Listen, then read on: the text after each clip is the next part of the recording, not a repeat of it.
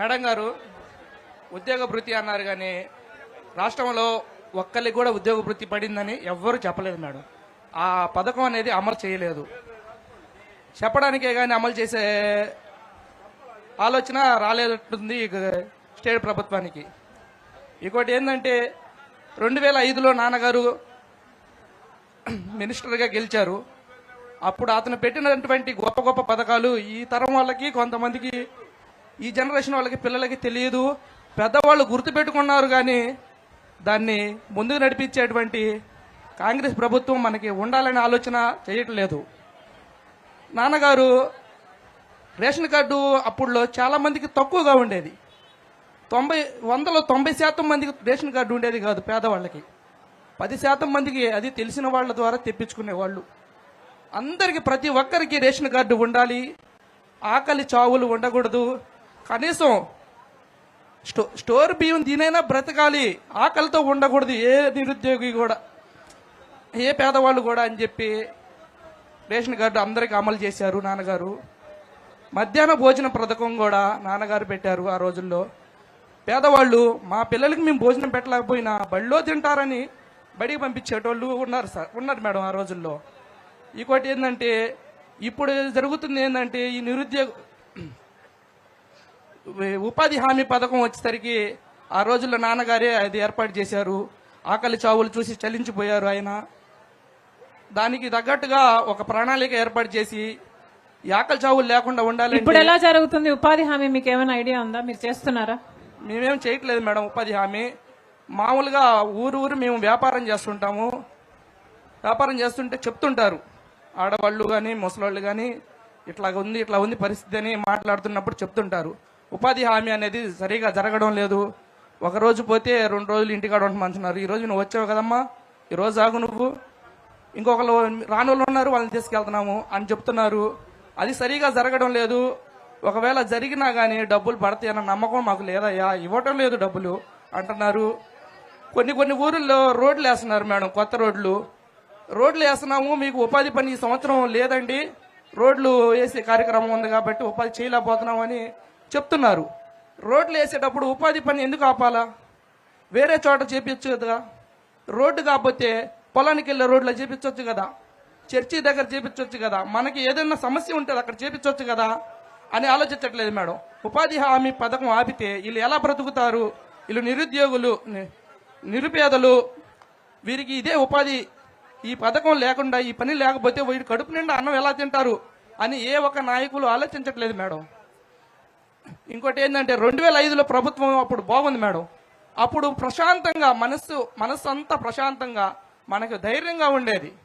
ఇబ్బంది లేదు, ఇంట్లో జరిగిద్ది, మనకి ₹1 మిగలపోయినా పర్వాలేదు, మనం ఆకలితో ఉండము అన్న ఆలోచన ఉండేది. సంవత్సరం దాటితే, ఈ సంవత్సరం కాకపోతే వచ్చే సంవత్సరం కొద్దిగా మెరుగుపడతాము ఆర్థికంగా అని ఆలోచించేటోళ్ళు. ఏ ప్రభుత్వం ఉండేదే అప్పుడు కాంగ్రెస్ ప్రభుత్వం ఉండేది సార్. కాంగ్రెస్ ప్రభుత్వం ఉండేది సార్. అప్పుడు ఈ సంవత్సరం మనం బాగున్నాము, వచ్చే సంవత్సరం ఇంకొంచెం బాగుంటాం, ఇంకా బాగుంటాం అనే ఆలోచన ఉండేది. ఇప్పుడు 2026, అప్పుడు పరిస్థితి పోల్చుకుంటే అప్పుడు రోజులు బాగుంటాయి కదా.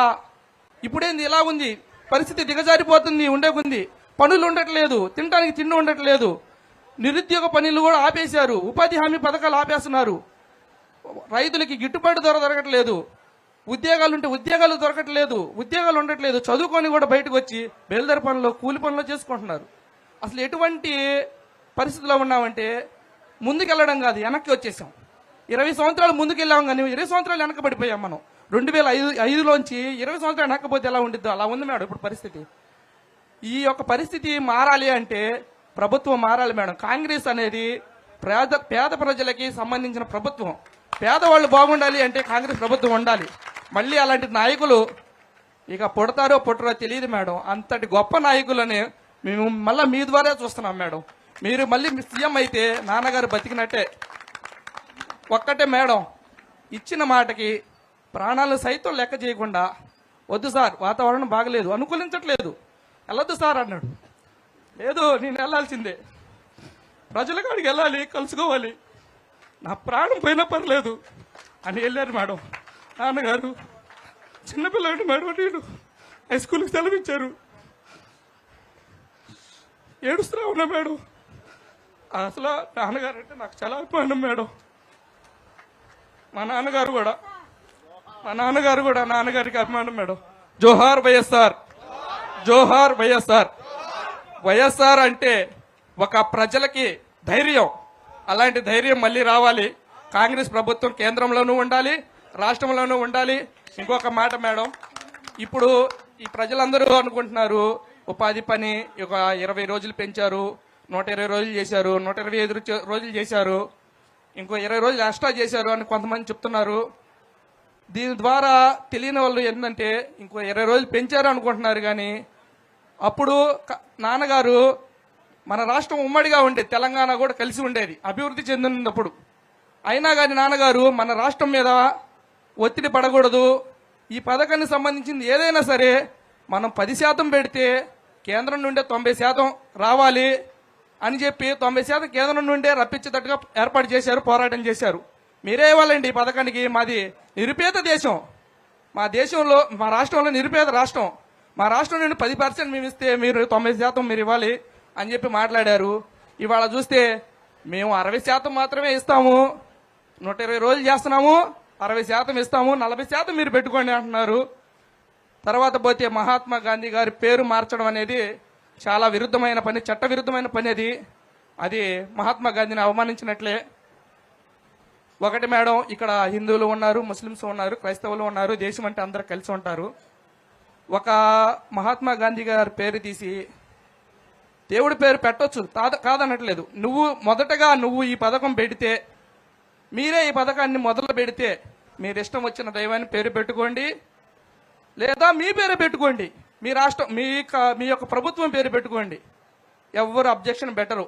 మహాత్మా గాంధీ గారి పేరు తీసేయడం అనేది ఎవరు ఒప్పుకోరు మేడం, ఎవరు ఒప్పుకోరు. అలా మారిస్తే మాత్రం ఊరుకోరు ప్రజలు. ఓకే, థ్యాంక్ యూ అమ్మా, thank you very much.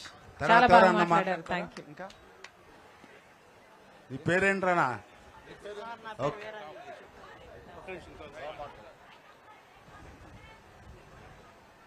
Sir నా పేరు వీరాంజనేయులు సార్, మాది ఉప్పుటూరు సార్. నాకు ఫస్ట్ నుంచి 2 కళ్ళు కనపడవు అక్కడ సార్. ఎంతమంది వీలైతే అంతమంది కూర్చుంటే వెనకాల వాళ్ళకి కనిపిస్తా నేను. సార్ నాకు ఫస్ట్ నుంచి 2 కళ్ళు కనపడవు సార్. అయితే నేను చెప్పేది ఏంటంటే జగన్ ప్రభుత్వంలో నాకు పెన్షన్ పోయింది సార్. వాళ్ళందరినీ కూర్చోబెట్టమ్మా. జగన్ ప్రభుత్వంలో నాకు పెన్షన్ పోయింది. మా నాన్న బాపట్లో మున్సిపల్ ఆఫీస్లో పనిచేస్తున్నాడని అది పెన్షన్ తీసేశారు సార్. అది మామూలుగా గవర్నమెంట్ది కూడా కాదు, కాంట్రాక్ట్గా చేస్తారు సార్. అయితే ఇప్పుడు ఏమైందంటే ఓటమి ప్రభుత్వం అప్పుడు పెన్షన్ ఇప్పిస్తాము, అది ఇప్పిస్తాము, అది ఇప్పిస్తామని నాకు నా చేతకి వీడియో కూడా చేపించుకెళ్ళారు సార్.